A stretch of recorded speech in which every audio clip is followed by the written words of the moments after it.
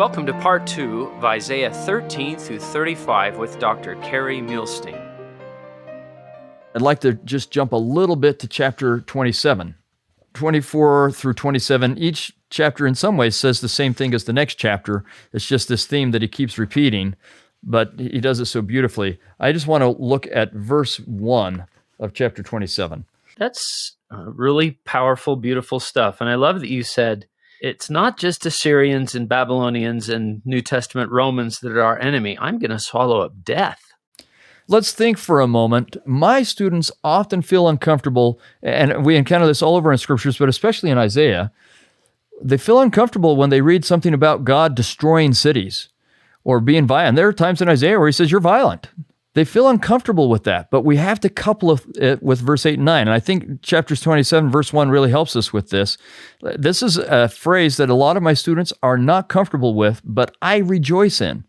So chapter 27, verse 1, in that day the Lord with his sore and great and strong sword shall punish Leviathan, the piercing serpent, even Leviathan, that crooked serpent, and he shall slay the dragon that is in the sea. And then verse 2, and that day sing ye unto her a vineyard of red wine. But right, he's singing because God has a sore and great and strong sword that he punishes with. Most of us don't like to think of Christ or Jehovah going around with a great big sword. But we like to think of him having a hanky in his hand that can wipe away all the tears from off our faces. But the reason he can wipe away the tears from off our faces is because he had a sword and he killed Leviathan with it. Leviathan is this great serpent that probably isn't real, but it represents chaos and death and hell and everything else. And it's because Christ is a divine warrior. It is because he will destroy all oppression that he can wipe our tears away. There's no wiping our tears away if he doesn't have a sword in the other hand. And I think we need to understand that. And to some degree, there's a great comfort. We all have something that's oppressing us. There are Assyrians all over in our life, and it might be pornography. It might be depression or anxiety. It might be that I'm never going to get married. It might be physical things that are afflicting us. Whatever it is, we all have an Assyria in our life. But what we can be sure of is that Christ can conquer every single one of those because he has a sword that is sore and great and strong.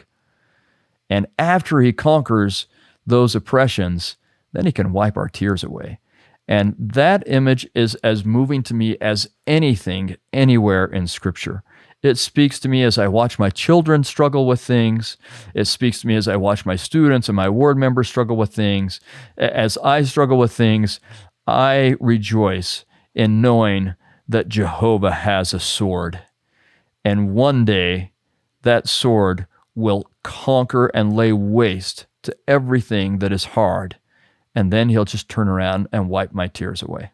Oh, how great the goodness of our God who prepares a way for our escape from the grasp of this awful monster. You might even say Leviathan there, right? Yeah. That monster, death and hell. Well, and remember, Jacob's in the middle of teaching about Isaiah chapters when he says that. Right. I have no doubt he's got this stuff in his mind.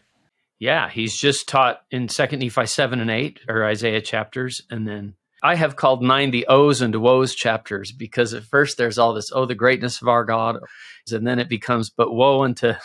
And you can see it's this same thing.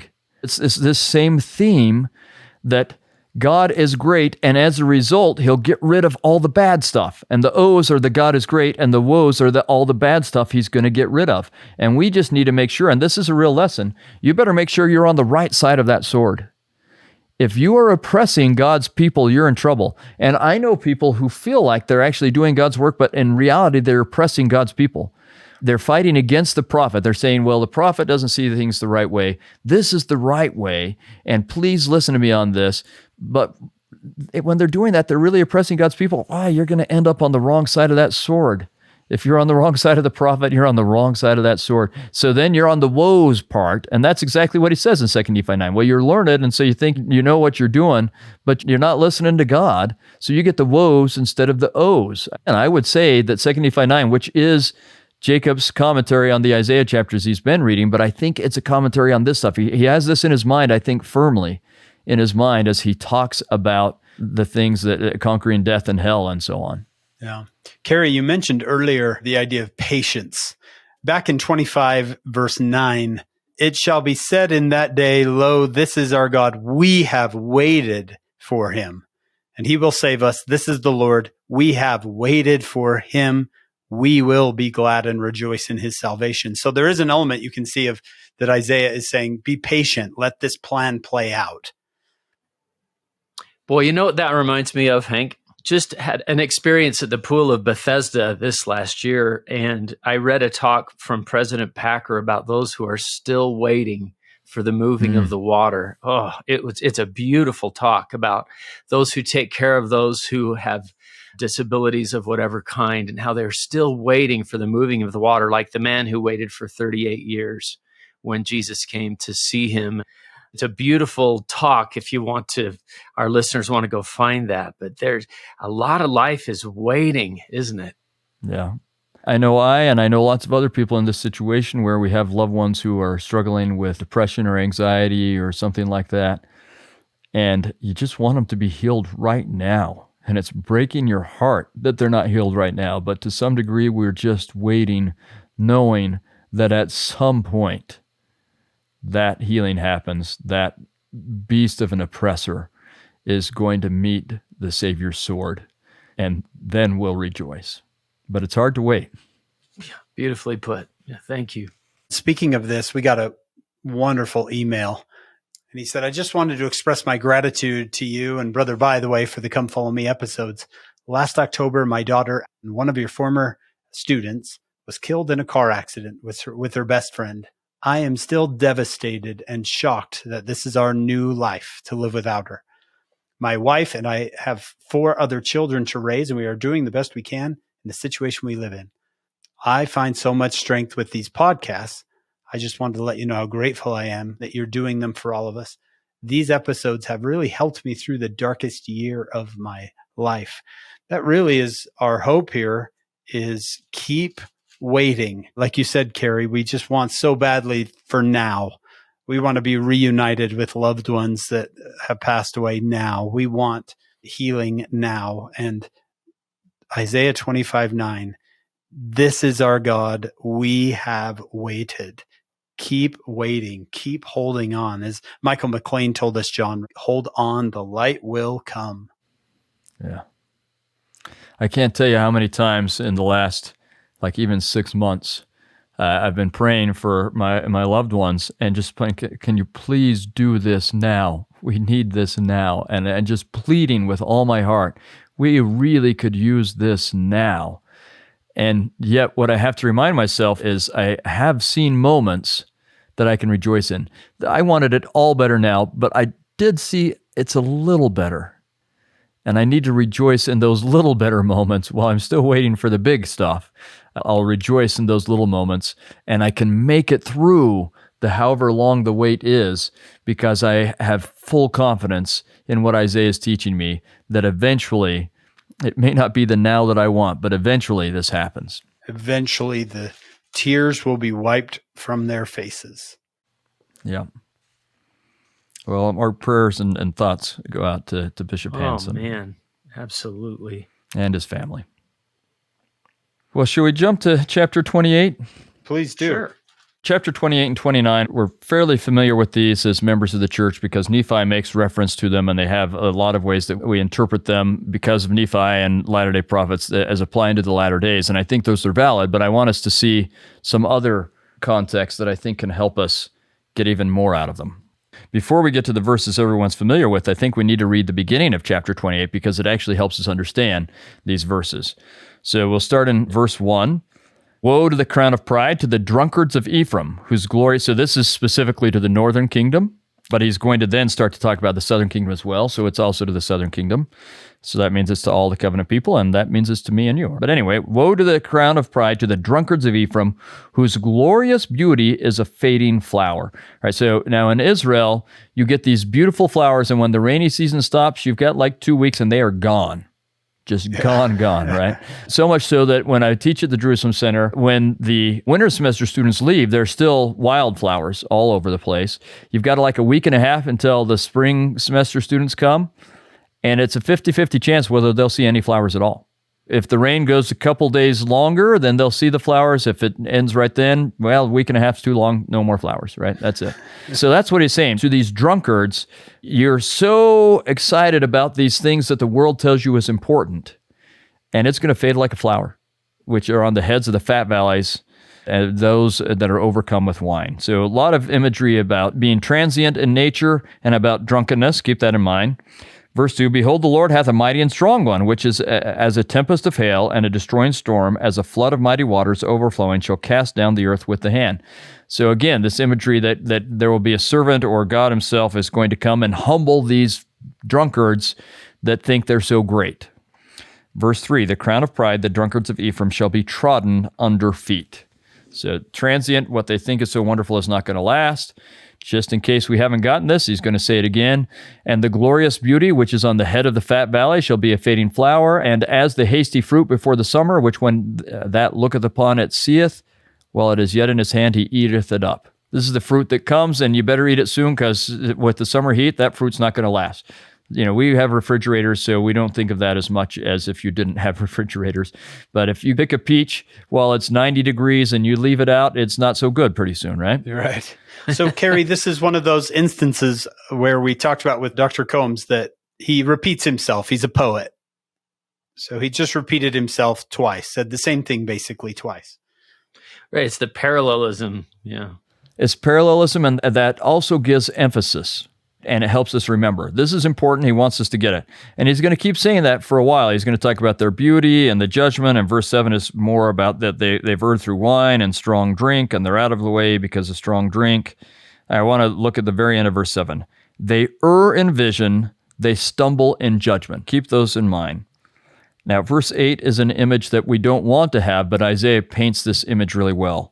For all tables are full of vomit and filthiness, so that there is no place clean. Now, you get that with a bunch of drunkards. They've drunk so much. This is what happens, right? They drank so much that they just vomited all over the table. I mean, he's thinking about ritually clean. It's all ruined now because you all threw up all over yourselves because you're so drunk. But that brings us to verse 9. Whom shall he teach knowledge? And whom shall he make to understand doctrine? Them that are weaned from the milk and drawn from the breast. So this is where we get this milk before meat thing, but once you've had the milk, now you can have meat. So he's saying, I've got all these drunkards who think they know what they're doing, and they're these false prophets and false leaders. They're the people who are supposed to be teaching true doctrine, but they're not. They're concerned with the things of the world, and so really they're drunk. Now, I want to just take a second and say this is really happening for Judah and Israel. They really have leaders who should be leading them in righteousness, political leaders, spiritual leaders who should be leading them in righteousness, and they are not, and they get drunk both on the ideas of the world and on real wine, and so they're leading them into unrighteousness. But we should think about how this happens in our life as well. We choose all sorts of leaders, thought leaders in our lives. There are people from Hollywood who set themselves up as prophets. There are people in Radio City, there are people on podcasts, not you guys. There are people on TV shows, in ivory towers, in newspaper columns, all sorts of people that are spewing out filth in the name of the world, wisdom of the world. And we're eating it up. And I want you to think of that image. You're eating up the filth that they're spewing out in their spiritual drunkenness. The tables of vomit and filthiness. Oh, man. Yeah. Yeah, when we listen to these ideas that run directly contrary to what the prophets are teaching us, we are eating spiritual vomit. And as a result, we're not the ones who he's going to teach knowledge and get to understand doctrine. So let's keep going. Verse 10, for precept must be upon precept, precept upon precept, line upon line, line upon line, here a little and there a little. I love the contrast, Kerry. It's kind of, wow, gross. But the vomit coming out of these people versus a mother's milk in verse 9. Yeah. That's about as stark difference as you can get. You're absolutely right. After he says precept upon precept, and we're going to come back to that, line upon line, verse 11, for with stammering lips and another tongue will he speak to this people, to whom he said, this is the rest wherewith he may cause the weary to rest, and this is the refreshing, yet they would not hear. But the word of the Lord was unto them, precept upon precept, precept upon precept, line upon line upon line, here a little and there a little, that they might go and fall backward and be broken and snared and taken. So look at what we've got in verse 12 and 13. This isn't how we usually think of this. This is saying that there are people who aren't understanding, and they get precept upon precept, line upon line, and they're snared and fall away from it. And that seems a little odd to us. Well, let's investigate this just a little bit more, because this is actually verse 10 and verse 13 are actually incredibly difficult to translate, partially because Isaiah isn't fully using real words. The words that we translate as precept upon precept and line upon line aren't full words. They're like partial words. And we translate it that way because they come from the root for a measuring line that you would measure out, and a commandment. Okay, so that's precept upon precept and line upon line. But he doesn't give the full word. So let me just kind of recite it for you a little bit in Hebrew. It goes, kav lakav, tzav latav, tzav latav, kav lakav, tzav latav. Right? That sounds like gibberish, doesn't it? And it's not a full word, and so it's intended to sound like gibberish, so that when you get this phrase, with stammering lips and another tongue, will he speak unto the people? The translation is good, precept upon precept, line upon line, because he's clearly using a form of those words. But it'd be kind of like if I was saying sept to sept to sept to sept, and then I don't know what, ein to ein, right? And you get, okay, I think he's saying precept and line, but I don't know, and it just sounds stupid. What he seems to be saying is, to the people who are spiritually drunk, who have filled themselves up on the wine instead of the milk, and now some opportunity for meat, what Isaiah is teaching them, or what God gives them, is gibberish. It's gobbledygook. To them, it makes no sense. Now remember, Isaiah's call was to teach in such a way that those who weren't prepared wouldn't get it, and only those who were prepared would get it. I think this is another version of that. So to those who are prepared, it actually is coming line upon line, precept upon precept, and Nephi will use it that way, and it's a perfect, wonderful, valid interpretation of that. But to those who aren't prepared, it's kav lakav l'sav l'tav. It's just gibberish, and they fall away backwards, and they're broken, and they're snared. It sounds like someone with a stammering lip, and another tongue means like a foreign language. It just sounds like a foreign language to them, because it makes no sense. And I think this is so true. When we are steeped in what the world is telling us, the things the prophets say don't make sense. And we say, you're wrong. No, I can't believe you just said that. It just doesn't compute for someone who is full of the spewing spiritual vomit of the world. But to those who are prepared, they say, oh, wait, I get what you're saying. And if people who are even more prepared get even more. And people who are more prepared than that get even more. And we go bit by bit, line by line, precept upon precept, when we're prepared, and we go backwards the same way when we're not prepared. This is 1 Corinthians 2, verse 14. Paul says, the natural man receiveth not the things of the Spirit of God, for they are foolishness, unto him. Yeah. Neither can he know them, because they are spiritually discerned. When you are gorging yourself on the vomit of the world, the Spirit of God is, anything that comes from the Spirit will seem like gibberish, like you said. Now, typically you don't realize you're eating vomit. It's because you're so drunk you don't know. You've listened to the ideas of the world so long. And I think President Nelson, this is part of what he's trying to get at when he said, make more time for Christ. If most of your information is coming from social media or elsewhere, then you need to get more information from Christ. Stop listening to that so much and make more time for Christ. Because when we listen to that so much, we don't realize that now all of our thinking is so colored by the lens of the world that we can't see it or understand it properly, and we don't realize that we're starting to eat spiritual vomit. Oh, man. What you mentioned, President Nelson, and I loved that statement. Most of the information you get comes from social media. Your ability to feel the Spirit will be diminished.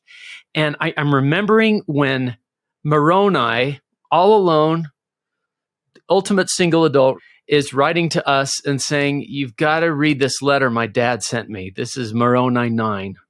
And he's telling him, it's really bad, son. Things are really bad. The Nephites, they're just as bad. They're killing each other. And then he says, may not the things which I've written grieve thee down to death. But then he reminds him, here's what I want. The last phrase in there, think about Christ and how he visited us, and let these things rest in your mind. It's the coolest phrase to me. Let this rest in your mind forever.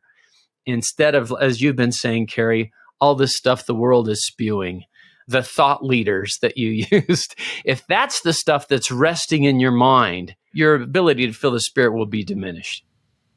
See, and we choose our leaders.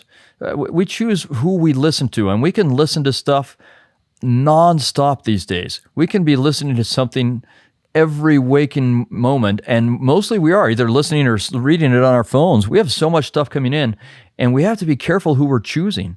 If it's social media or most sources, it's this spiritual vomit. And I love the line you just gave us from President Nelson, where if that's where we're getting most of our stuff, and it doesn't matter if you read the scriptures every day, if 99% of what you're getting is somewhere else, you'll lose the Spirit. Well, if you don't have the Spirit with you, how can you understand the spiritual things, as Paul said or as Isaiah said here?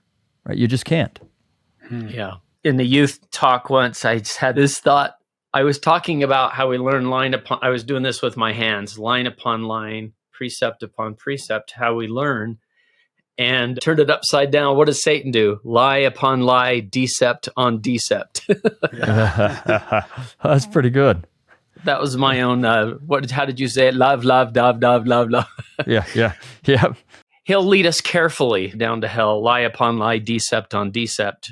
One thing I've noticed so far is Isaiah does not hold back. When he thinks the leadership is doing the wrong things, here's what you remind me of. You remind me of drunks spewing forth vomit, and the people are eating it up. That's what I think of your leadership. Let me paint a word picture for you here. Yeah. A really bad cafeteria. That's right. Yeah. This is the cafeteria you want to avoid, but we all go there. Now that you know that these words line upon line, precept upon precept are drawing on the idea of, at least the one about line, are drawing upon a line that you use to measure things out. And when you're constructing things, right, it's a construction tool. It can add a little bit more meaning to verse 16 and 17.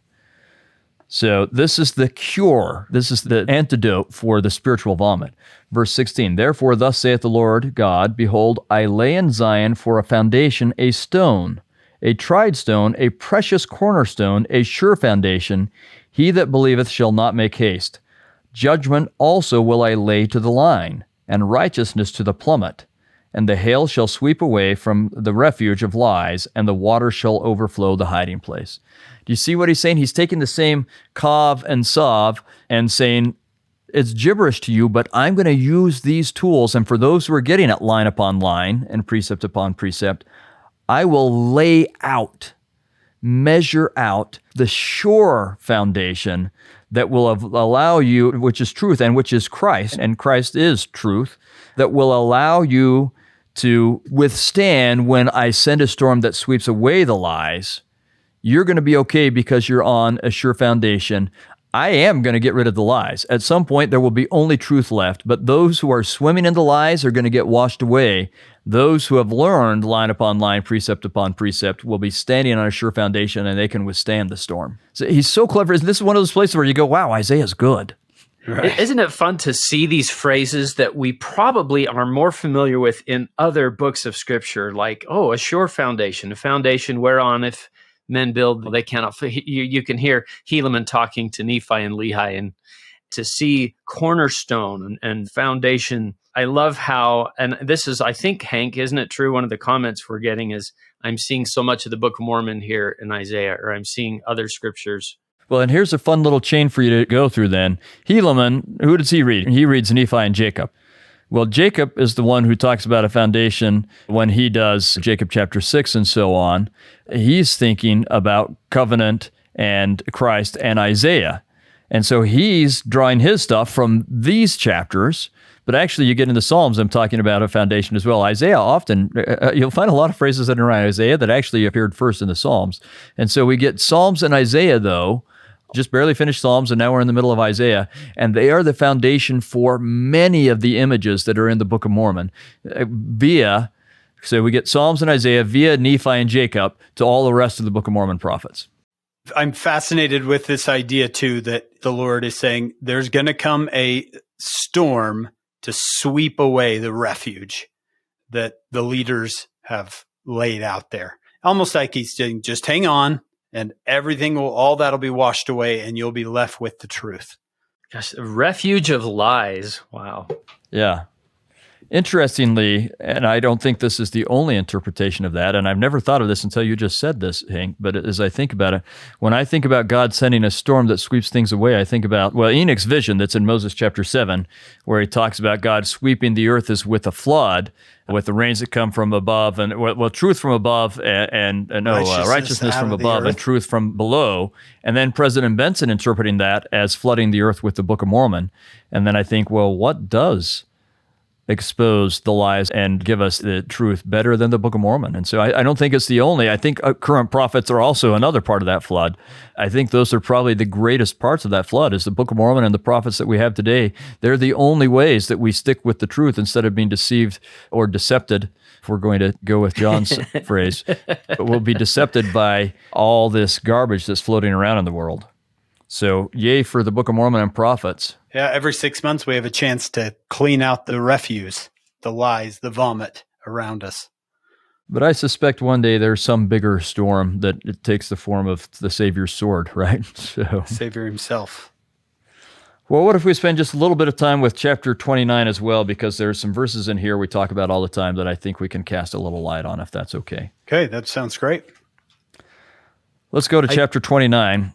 And it starts out with this interesting stuff. Woe to Ariel, the city where David dwelt. So there's David's city again, right? But it's Jerusalem.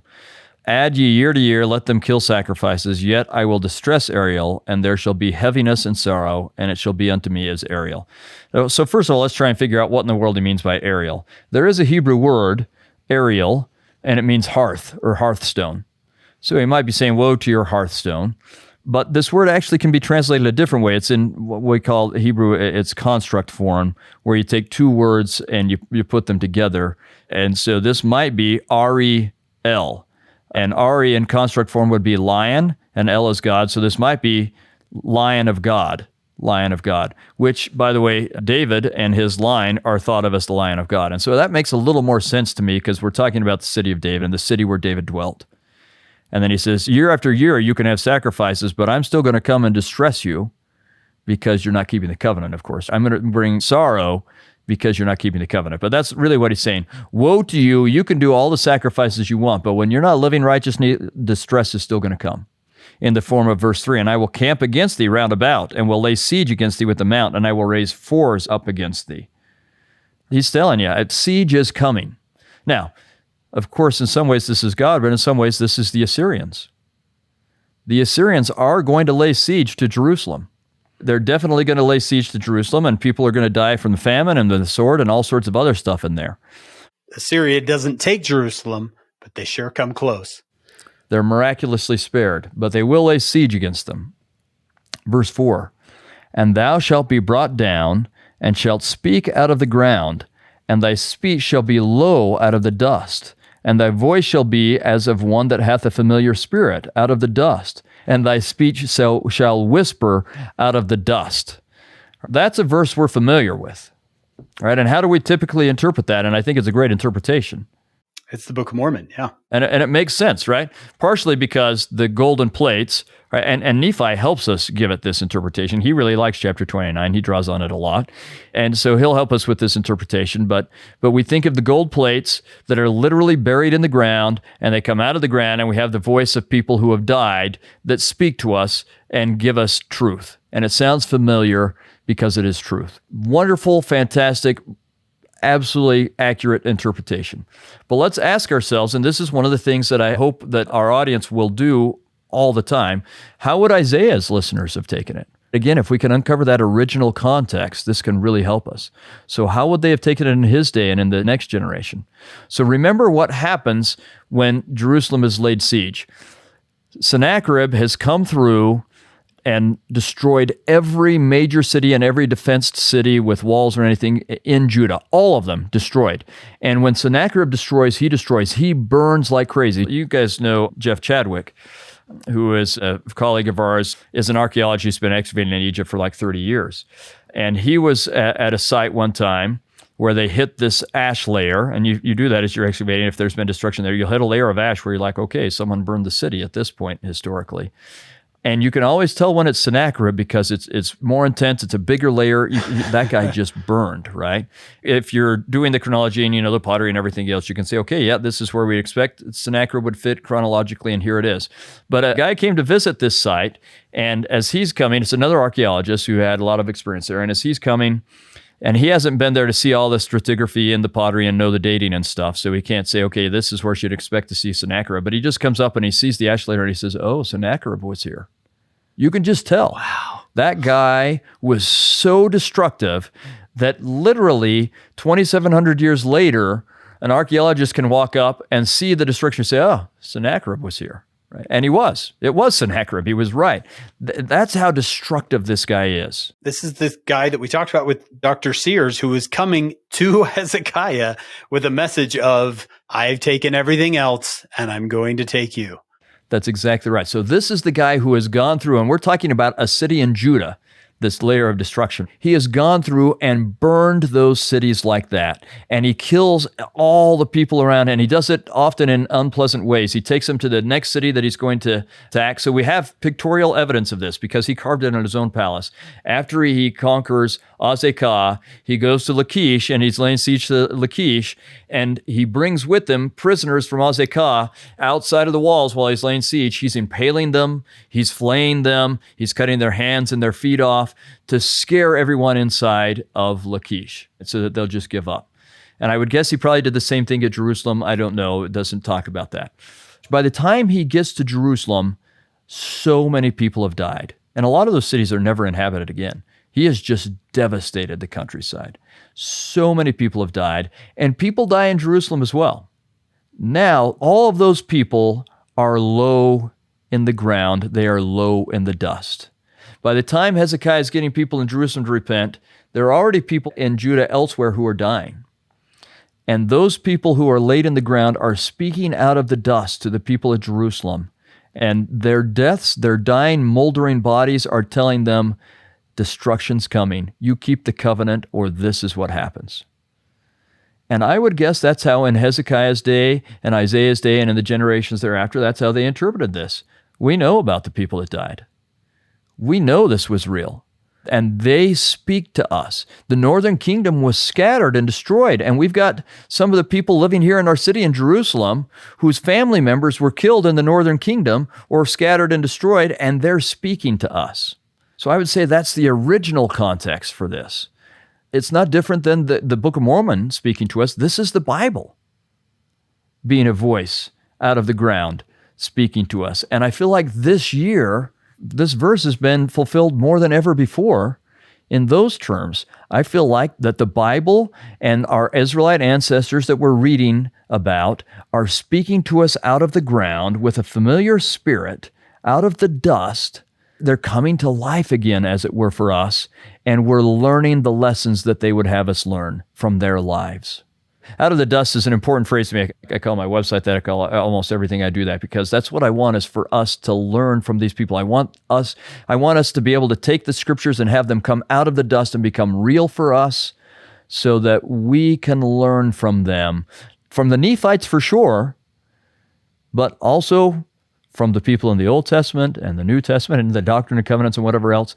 All of these people should be speech low out of the dust. And they should speak out of the ground, and we should learn from them. I like the word familiar. It took me years to see the word family in there. This is our family, familiar. We're present-day Israel. Our family's talking to us. Very good.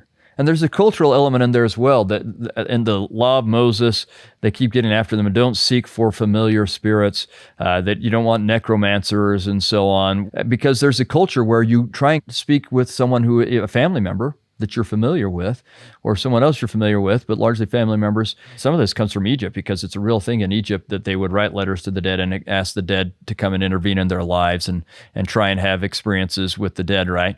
And God doesn't want that to happen in a false way. So that's why he says you should kill necromancers and people who are telling you the witch at Endor that Saul uses. You should not use those people to try and interact with the people who have already died. That's not the way to do it. There's a right way to do it, and this is the right way. So there is a way to have a familiar spirit or a familiar voice come to you, and it's to read the scriptures. It's to read this and to let them speak to you and teach you and learn the lessons, and don't repeat their problems, don't repeat their history. So I hope we're learning from our Israelite ancestors about listening to the wrong voices, about worshiping more than one God, whether that be the ideas of the world as our false God or whatever it is. We've got to learn from these familiar voices speaking to us out of the dust. Thank you. I've heard critics of the Book of Mormon talk about a familiar spirit, because one of the ways that phrase is used, which you just articulated, is for like seance type of a thing, a familiar spirit. And this is using it in a more opposite type way, a positive way. This is our family talking to us. So I just wanted to clarify that, because I've heard that as an anti-argument. Oh, a familiar spirit, that's a seance. No, that's not what we're talking about here. Same words, but that's not what we're talking about. Right. See, and that's the thing, is that what happens so often is that Satan takes a principle, a good principle of God, and he gives it a satanic perversion, secret combinations instead of sacred covenants, and so on. That's just Satan's MO. So that's what we have going on here, is that there is a way God wants us to learn from our ancestors. And it's this way: from the scriptures, from temple work, from reading family history, that way. Not by asking someone who works with Satan to try and contact someone on the other side of the veil. Now, do we think that people from the other side of the veil might come and contact us? Yeah, we've got lots of stories in our church history of God sending people to do that. It's God sending people. It's not us getting some weird person to try and make that interaction themselves. But the primary way is through the scriptures. And I know I said this on the very first episode of this year with you guys, but I hope that we will think of the Old Testament as our family history. This is our family history. We're reading about their history. Let's learn from it. Let's let them speak to us out of the dust. This has been fantastic, Kerry. Later in 29, am I right in saying, is this Isaiah saying there's going to come an army that thinks they're going to beat us, but they're going to wake up? Is that verses 7 and 8? The multitude of the nations that fight against Ariel, even all that fight against her, and her munition, and that distress her, shall be as a dream of a night vision. Is that what he's after here? Is that here comes the Assyrian army and they think they're going to win, and then they're going to wake up and they're going to find out they weren't winning ever? Yeah, they may have conquered for a moment, but not really. I think you're right. Let's read 7 and 8, and I think it can be given that historical context, and then it can be given some personal application as well. So, as you said, the multitude of all the nations that fight against Ariel, even all that fight against her and her munition and that distress her, shall be as a dream of a night vision, and it shall be as when an hungry man dreameth, and behold, he eateth, but he awaketh, and his soul is empty. Or as when a thirsty man dreameth, and behold, he drinketh, but he awaketh, and behold, he is faint, and his soul hath appetite. So shall the multitude of all the nations be that fight against Mount Zion. So, yes, Assyria will come, and they will feel like they've conquered, and they've got what they wanted. And then they're going to find out they don't have what they wanted, and it doesn't work. Like a man who eats in a vision. He eats in his dreams, and he wakes up, and he's like, oh, wait, that was just a dream. That's right. And it's going to happen with Babylon. It's going to happen with Rome. It's going to happen with all sorts of people where they're like, hey, we conquered, we did this. And then they're going to find it doesn't really get them what they want. And this is true of everyone, not only who fights, and most specifically, anyone who fights against the people of God. And there are people today who are fighting against us in all sorts of ways. And think they're winning. Yeah, that's right. But what they're going to find is that the little victories they think they're getting, or the satisfaction that they're hoping to get out of what they're doing, doesn't really satisfy them. And that speaks to a larger principle. There's so many of us, the world tells us this is an important thing and this is how you meet that need. And you've heard this metaphor, I'm sure, but it's like when you climb a ladder and you get to the top of that ladder and you find you've had it on the wrong wall. You cannot satisfy your soul with the things of the world. When you try to, it's like you dreamt that you ate and you wake up and you're still hungry. And I think this is a profound lesson. It is. I have this quote. This is April 2009. Elder Robert E. Hales, in seeking to overcome debt and addictive behaviors, we should remember that addiction is the craving of the natural man, and it can never be satisfied. It is an insatiable appetite. When we are addicted, we seek those worldly possessions or physical pleasures that seem to entice us.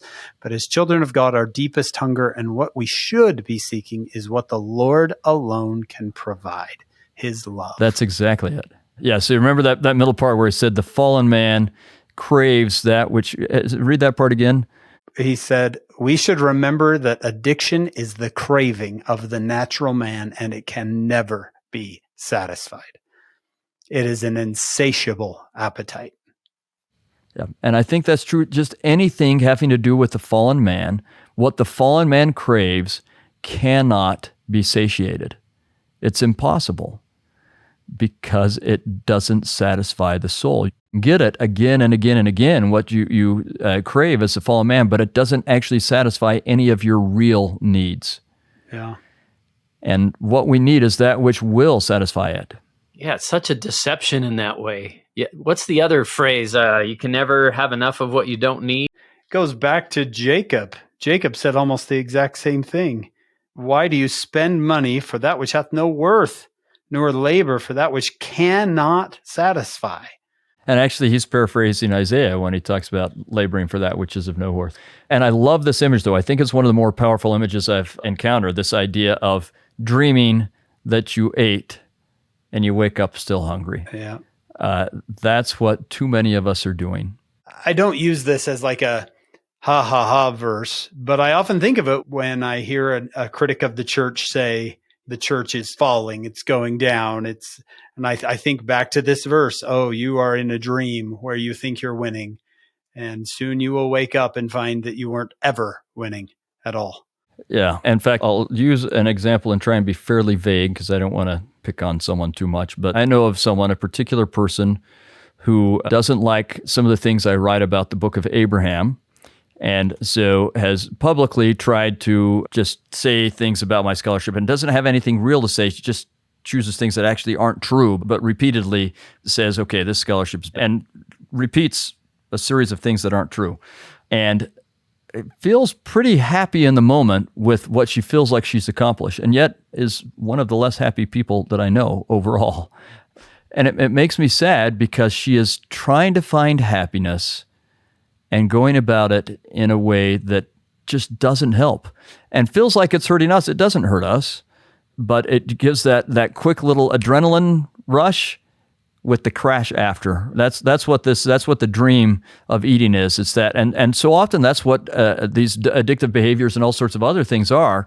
We feel the need for something, and we get the quick adrenaline rush, and then we have to wallow in the crash. It's empty. Yeah, in the crash after, and that's what the world gives us. The vomitous ideas of the world give us no real substance to eat. I had a close friend decided to leave the church. We stayed friends. He ended up returning. Took some years, but he ended up returning. For his comment was, I was empty over there. I thought I would be full, so I came back. It was a story of redemption, but it was a sad story to hear. Yeah, but so glad for him because so many aren't as wise as he was. They feel the emptiness, but they never go back. Bless him for having made that choice. I hope that kind of a story gives people hope. I have a friend whose daughter was wandering for a while. He noticed something in the Book of Mormon that I thought was so interesting, that when the angel came in Mosiah 27 to Alma and the four sons of Mosiah, well, he's mostly talking to Alma, he said, your father has prayed with much faith concerning the exact phrase that thou mightest be brought to a knowledge of the truth. It wasn't, he's prayed with much faith concerning thee that you'd come back to church. It was that you would come to a knowledge of the truth. And my friend used that language in his own prayers. And maybe that was a strange route for your friend, Hank, to go and discover how there's nothing else out there. It's so empty. But he did. He came to a knowledge of the truth. And I hope people will have hope if they have a loved one out there in that situation. Use what the angel said that Alma prayed for. They'll come to a knowledge of the truth, and you don't give up, and maybe that prayer will be answered, and they'll come to a knowledge of the truth, maybe in a way that you or they don't expect. And maybe this allows us to circle back around to what we were talking about earlier with the idea that Isaiah keeps holding out this promise that there will be a remnant, and that remnant will come back. And sometimes that's a remnant whereas you've got all the house of Israel and many are destroyed, but a remnant is preserved and they come back. And sometimes it's a remnant of me. And hopefully what that means is that the natural man is being killed off in me, and what's left after I've gone through all those painful things that's paring away the natural man in me is the remnant that will come back. And the message of Isaiah is God always accepts that remnant back. Always. Love it. Yeah, I doubt there's anyone out there listening who is fighting on the opposite side, but the story does need to be told. You may feel like you are winning, that somehow you're damaging the work and you're going to bring it down. The message of Isaiah 29, 7 and 8 is, no, you are not.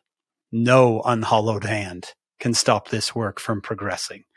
What does Joseph Smith say? Calumny may defame, mobs may assemble, internet sites may pop up, but the truth of God will go forth boldly, nobly, and independent.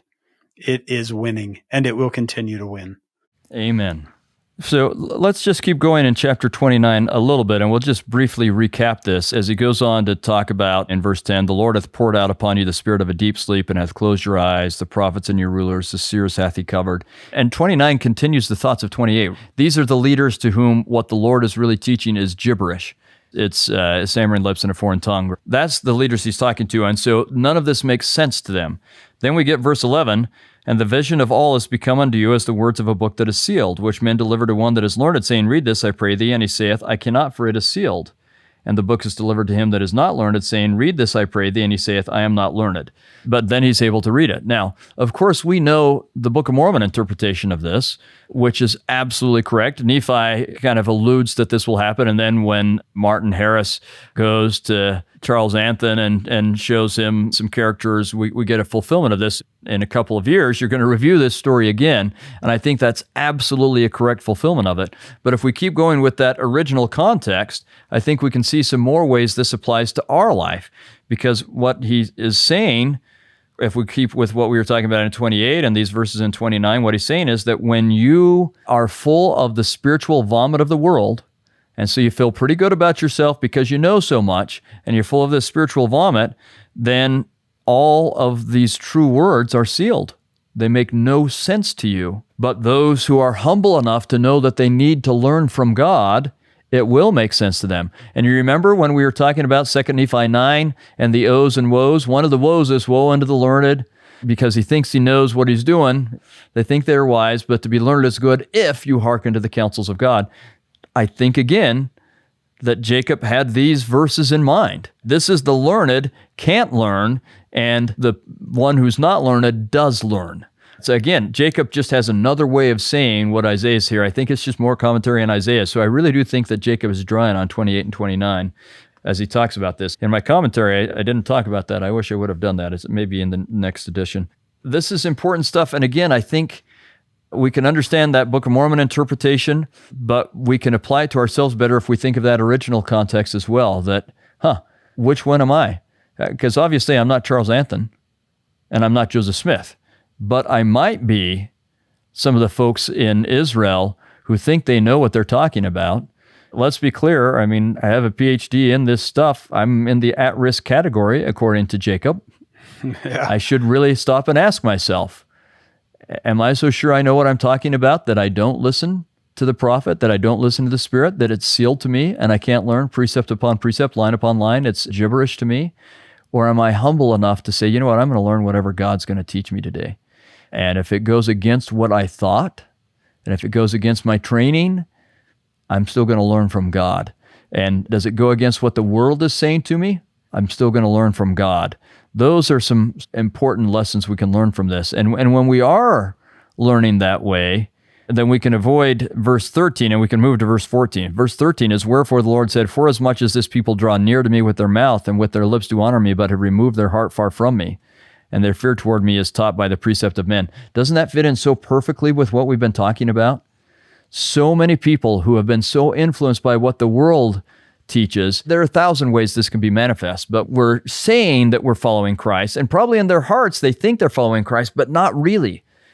Because what they're really doing is their heart has been given to the ideas of the world. So we want to avoid being those people and instead be what we see in verse 14. Therefore will I proceed to do a marvelous work among this people, even a marvelous work and a wonder. Now, we don't want to be for the wisdom of the wise men shall perish, and the understanding of their prudent men shall be hid. We want to be part of the marvelous work and the wonder, which we know one very real, specific, and maybe most important fulfillment of that is the Book of Mormon. But it's any truth that is being taught by God. It's any line upon line, precept upon precept that the spiritually sensitive can understand. That's the marvelous work. And it is going forth, and we want to be part of it. That's the gathering of Israel. That's how it happens. We want to be part of what President Nelson tells us is the most important cause on earth, is we want to be this marvelous work to get people to quit listening to the world. Quit getting most of your information from social media and online sources and whatever else, and make more time for Christ so you can understand the things by the Spirit so they make sense to you instead of foolishness to you. They're not gibberish to you. And then we can really come unto Christ. Oh, I wish we could all be doing better at that. Yep. I've already said it once, but I'm going to say it again because it bears repeating. 1 Corinthians 2:2, the natural man receiveth not the things of the Spirit of God, for they are foolishness unto him. Neither can he know them, because they are spiritually discerned. That's exactly what we're talking about here. It's not that they won't hear them. It's that there's not even a comprehension. Yeah, it's beyond their ability to understand. It's a foreign tongue or stammering lips. Now let's jump to another part of Isaiah that I'm sure you'll cover later, but let's just allude to it. When I kind of divide chapters of Isaiah and say these chapters about this and so on, I always put chapter 58 as a turning point. And it's because this is where they start to really keep the Sabbath, they're really going to keep the fast, those kinds of things. But it's in chapter 58 where he says, my thoughts are not your thoughts, and my ways are not your ways. That's the reason for this. What God is trying to teach us is beyond our natural capacity to understand. And the only way we can understand it is if we have the Spirit with us, because we're just plain, as mortal beings, we're not capable of it. You can only understand it if the Spirit is with you. And that's why it's foolishness unto you, or it's kav l'kav, tzav l'tzav. It's right, because our spiritual vomit made us ritually unclean, so we can't have the Spirit with us. If the Spirit's not with you, things that are beyond your ability to understand are going to remain beyond your ability to understand. But if the Spirit is with you, your capacity is increased, and you can understand line upon line, precept upon precept. And I think with everything we've been saying here, I love the way President Nelson said it. He's not saying don't be aware. We're not hiding away from the world. You know what's going on in the world. But if most of your information, if your reliance is on that, instead of your relying on Christ, and focusing on Christ. And what else did President Nelson say? Your happiness has more to do with the focus of your lives than the circumstances of your lives. Yes. We're going to be in the world, but we're not going to be of it. We're going to be aware, but our focus and our reliance and our devotion, our loyalty is going to be to Christ. Amen. Section 93. Both of you will know this. The glory of God is intelligence, or in other words, light and truth. This is verse 37. Light and truth forsake that evil one. So the more you get involved in light and truth, the less desirable the vomit of the world is for you. It's just not, it becomes less and less attractive. And he says, but the wicked one cometh, this is verse 39, and taketh away light and truth through disobedience. None of us is immune. The light and truth that we have can be taken away through disobedience. If we stop listening, if we pick up a new vomit voice and start filling our life with it, then the things of God that used to seem so beautiful to us will all of a sudden be gibberish, be foolishness. It's so true. And when you say that, I remember Wendy Watson Nelson, Sister Nelson, talking about President Nelson and things that she saw in him. And I think that she was saying they were even heightened a little bit when he became prophet, but that she'd saw in him anyway. And one of them was that he can't stand contention. And if there's even a little bit of contention on the TV, he has to turn it off.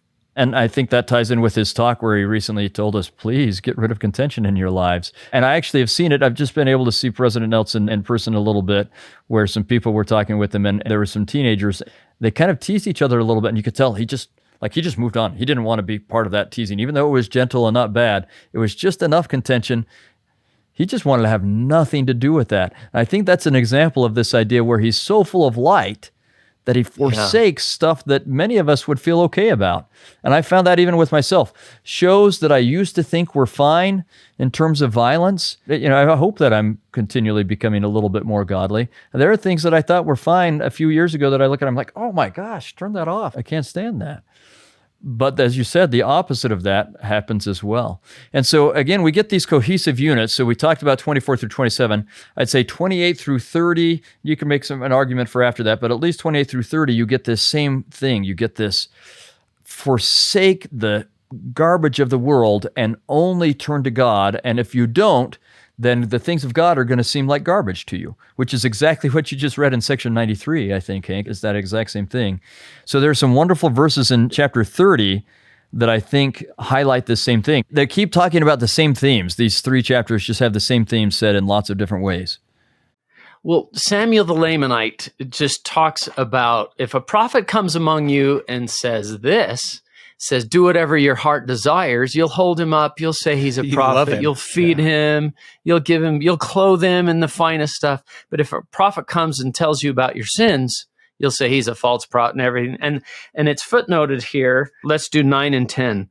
This is a rebellious people, lying children that will not hear the law of the Lord. And there's a difference between will not and not. This is choosing not, right?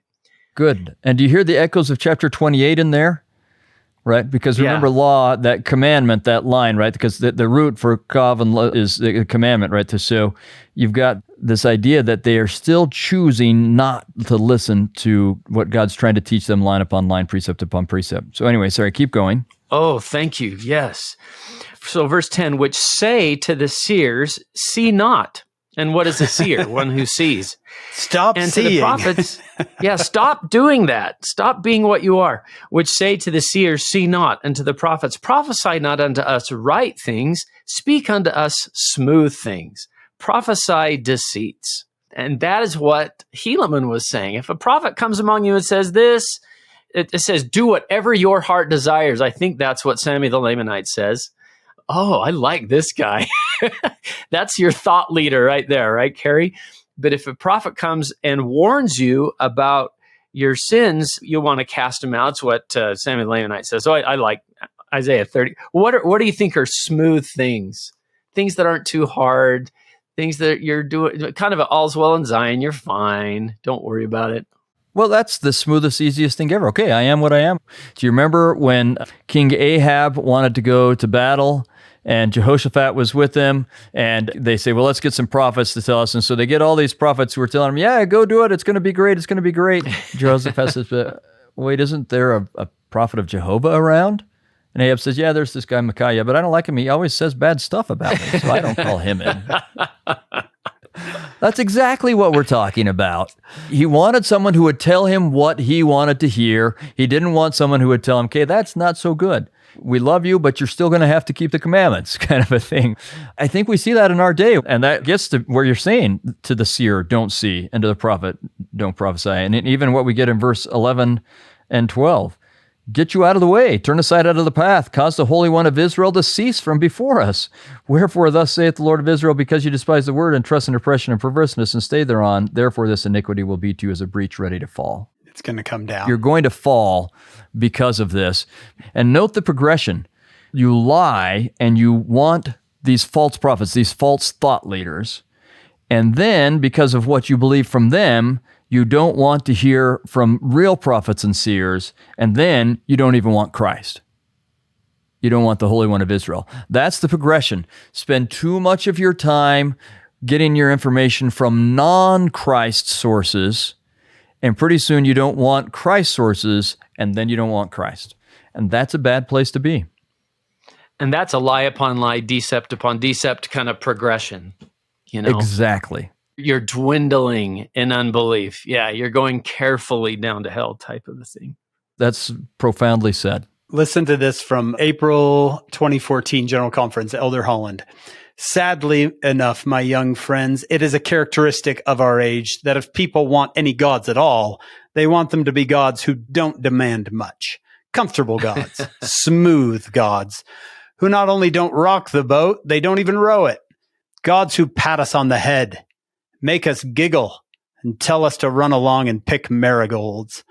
Talk about man creating God in his own image. Kerry, you said earlier that there are people who say, oh, Jesus said, love everyone. Jesus said this. And sometimes I think, did you read the New Testament? Jesus has standards. He has boundaries and standards that are so difficult to reach about forgiveness, about morality, and just a little one. If you love me, keep my commandments. That was kind of one that gets tossed out the window because Jesus said, love everyone. Yes, Jesus said, love everyone, but Jesus said a lot more than that. He had a lot more to say than that. And if we love God, we're concerned about his commandments. Yeah. It's tough, isn't it, Hank and Kerry? I think it was Elder Christofferson who said, well, God doesn't want any of us back just the way we are. That's right. He wants us better. That's exactly right. He doesn't want us to be satisfied with just the way we are. Think about it. Do you want a parent or do you want a coach? Let's use a coaching analogy. Do you want a coach who just says, okay, you're good enough. You're doing great. We don't need to practice. We're not going to help you reach greater potential. You're good the way you are, right? No one wants that. And as you say all of this about the standards, and I don't know that they've read the New Testament, again, this helps me circle back around to some of what we were talking about earlier. I've heard lots of people who say, well, the God of the Old Testament is a God of justice, and the God of the New Testament is a God of mercy.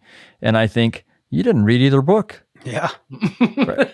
Yeah. What in the world? You chose like the two verses you didn't like in the Old Testament and the two verses you did like in the New Testament, because you've got plenty of both in both. And as we said earlier, we want both the justice and the mercy, because the justice gets rid of those who are oppressing us unjustly. And the mercy makes it so that if we're trying to keep the covenant, we're going to be okay. That's back to Alma telling Corianton, let his justice and his mercy and his long-suffering have full sway in your heart. Get the whole picture of all of those attributes that he has. And look at all of this, and it's a rigorous gospel. What we're being asked to do is, we can't do it without leaning on Christ. Yeah, without trusting in his sword. Kerry, this has been a fantastic day. I think this is the fourth time you've been on our podcast. Thank you for not tiring of us. You're getting desperate. Yes. I can tell you're getting desperate. We're fortunate. We would encourage everyone to go back and listen to some of Kerry's previous episodes. They're just wonderful. They really are.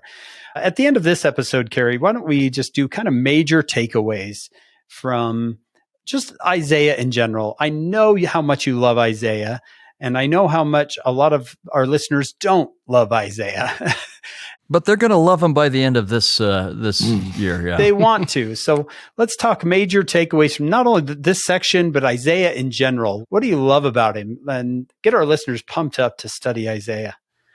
I'm happy to do that. In fact, that's why I titled my commentary, Learning to Love Isaiah. That's what I want. I want them not just to study it, which we're commanded to do, or to search their words. I want us to love Isaiah. And I think that really between like podcasts like yours and all the tools and resources that are out there to help people, I think people are going to be loving Isaiah by the time we're done with this. Maybe a couple thoughts that can help with that. As I've studied Isaiah, and sometimes I get lost in the little thicket when you're doing a verse-by-verse commentary. You're looking at each little teeny verse, and every now and then I'd stop and say, okay, let's look at big picture. Let's look at how do these verses fit together? How do these chapters fit together? How does the book fit together? In doing that, I actually discovered a chiasmus. It's a chiasmus I don't think anyone had ever seen before. I think my commentary is the first place it's published, that goes from chapter 40 to chapter 57. Wow. No huge chiasmus. And the central chapters, so, in a chiasmus, the central point is kind of the most important point. And the central chapters are actually the ones Nephi loves. It's chapter 48 and 49. And these chapters, and the chiasmus as a whole, is about covenant and redemption.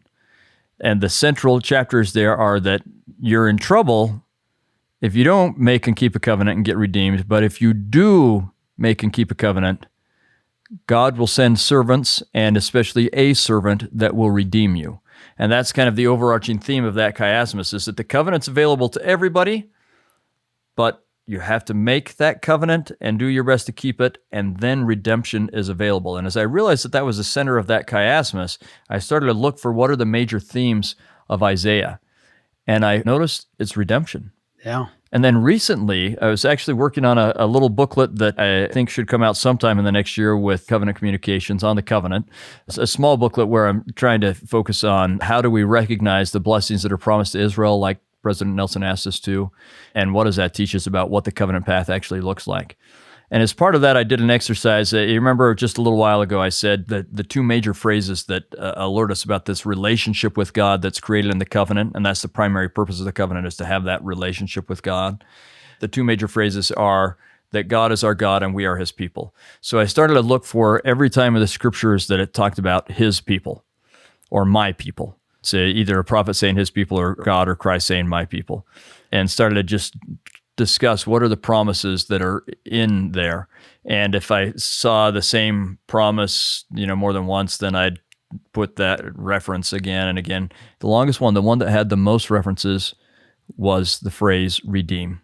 And it's the phrase that Isaiah, especially in Isaiah, but it's true all throughout the scriptures, but especially in Isaiah, God wants to redeem us.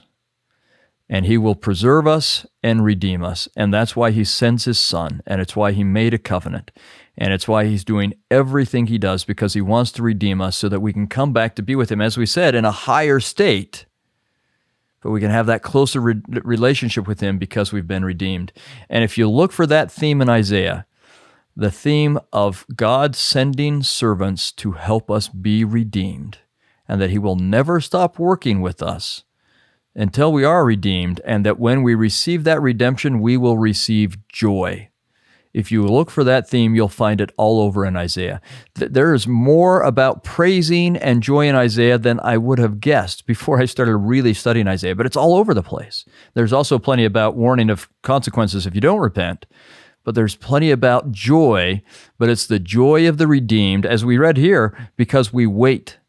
We waited on Christ because we kept the covenant. We did what we needed to, and then that redemption came, which brought joy with it. And if we'll look for those themes, I think we'll have Isaiah unfold to us in a joyful way. In fact, Nephi says one of the reasons he gives us the words of Isaiah is because he wants us to not only delight in them, but delight for all men. We really will delight for everyone because we see the joy and the redemption that's available for all of us. And that's what Isaiah is about. Yeah. Kerry, wouldn't you say also to be patient? You're not going to get every word the first time through.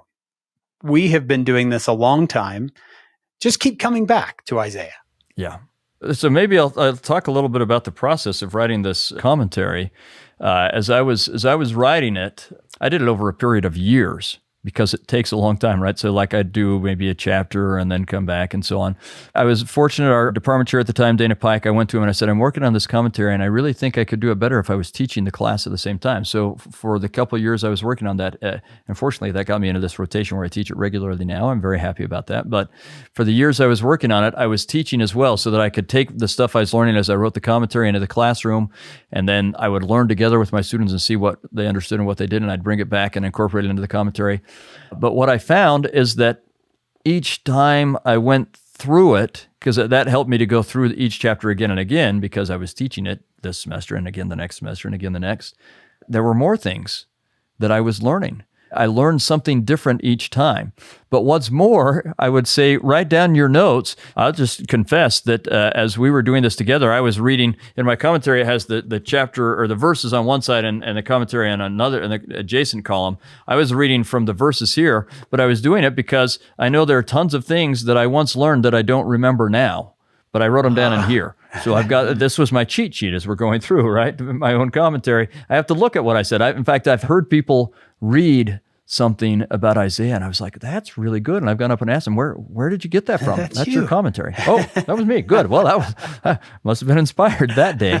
But there's so much in here. There's no way you can get it all in one go through, and there's no way you can remember it all. So write down what you learn, but also look to learn something new each time. Yeah. And be happy with whatever you did learn, even if you only understood a little teeny bit of a verse this time. That's fine. Next time you'll get some more, and next time some more.